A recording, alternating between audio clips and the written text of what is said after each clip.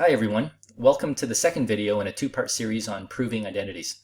In example number 2, we're going to prove that the statement shown in yellow is an identity, and then we'll state restrictions. Okay, so the first thing I'm going to do whenever I prove an identity is to draw a line that separates the left-hand side and the right-hand side. Now the reason why I'm drawing it so far to the right in this video is because, trust me, I know that I'm going to need all of this space here in order to be able to simplify the left-hand side. Now, here's a question that students have. How do I know which side to work with, right? So in example number 1 in a previous video, we worked with one side and worked with it, persevered until the final expression resembled or was identical to the expression on the right-hand side. The way that you can do it is, obviously if you start with tan theta, there's really nowhere you can go with that. You can write sine over cos and that's about it. Okay, so it's a good rule of thumb to start with the side that has more meat, right? You can really work with it and reduce it and play with it and substitute expressions into it. So start with a more complicated side, right? Sounds counterintuitive, start with something complicated, but trust me, it'll pay off in the end, okay? So the first thing we're going to do here after drawing the vertical line, of course, is let's make a substitution of sine over cos for tan, right? So again, the strategy of replacing anything that isn't sine or cos with sine and cos, right? So if you had secant theta, you'd replace it with 1 over cos. If you had cotan theta, you can replace it with cos over sine. Okay, so in this case, I've done a couple of things. I've replaced, well, here's what I've done. Look at this. So instead of looking at this as a quotient, right, sine theta plus tan theta, right, there's my sine theta plus my new version of tan theta, divided by cos plus 1, I'm multiplying by cos 1 over cos plus 1, right? So this expression here is still dividing sine plus tan by cos theta plus 1. I'm just writing it now as a multiplication expression. Okay, so I did a couple of things there. Hopefully you're okay with that. The next step that I'm going to apply here is I'm going to actually add sine theta with sine over cos. Okay, so first thing is if I'm going to add fractions, I have to come up with a common denominator. So sine theta, written as sine over 1, is going to be multiplied by cos theta over cos theta, because obviously the common denominator is going to be cos theta. Okay, and so everything else is the same. I think I lost the brackets over here, but everything else is the same. So I'm just going to write an equivalent expression of sine theta as a fraction over cos theta. Okay, so now I've got sine theta cos theta all over cos theta, right? So there's sine theta cos theta all over cos theta. And then where's this coming from? Plus sine theta over cos theta. Well, that's this piece right here. Okay, so they're both going to be over cos theta, and my numerator is going to be sine cos, right? Sine times cos plus sine. Okay, and then I don't need the brackets, the square brackets anymore, and I'm still multiplying by 1 over cos theta plus 1. Now what? Well, now, I mean, what we're trying to do is to get this expression to look like tan theta, and it seems like we're pretty deep in the forest here, like with no sign of an opening, right? Like, how do I get out of here? This is getting more complex. But trust me on this one. If you look at this top expression here, okay, this numerator, you can see that both the first term and the second term have sine theta in common. So what I did here was I factored that sine theta out of the numerator. So sine theta comes out, boom, boom.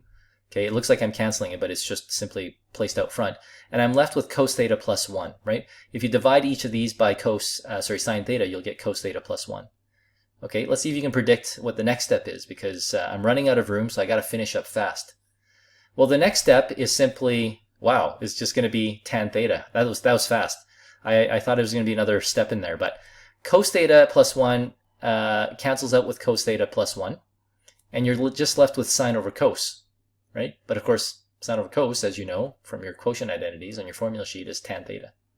Okay, and it's a beautiful thing, right? It's kind of like a Sudoku, right? And everything comes together, and it fits like a glove, right? All of those expressions, this fits like a glove, because look at that, tan theta on the right-hand side, tan theta on the left-hand side. We can write left-hand side equals right-hand side. We should finish off with that. And then the only other thing to do is to look at the restrictions, or look for restrictions. So to do that, first of all, I would just look through the entire solution, the entire proof, I should say, to see what the denominators are. And I can see that cos theta is one of those denominators. So cos theta not allowed to be equal to 0, right? Because if cos theta, the denominator, was equal to 0, you'd have division by 0, right? Undefined. And then the other piece is that there's also another denominator, cos theta plus 1, right? All over the place.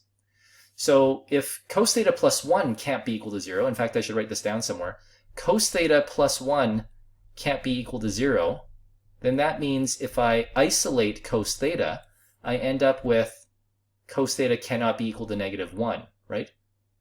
See, I'll just have cos theta on that side and then negative 1 on this side. So cos theta also cannot be equal to negative 1. So let's figure out where that is, okay?